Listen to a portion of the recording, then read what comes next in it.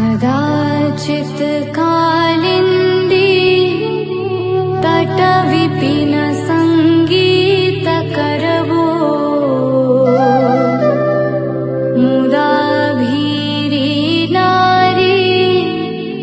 वदन कमला स्वाद मधुपा रमा शम्भुर्ब्रह्मा वरपति गणेशार्चितपदो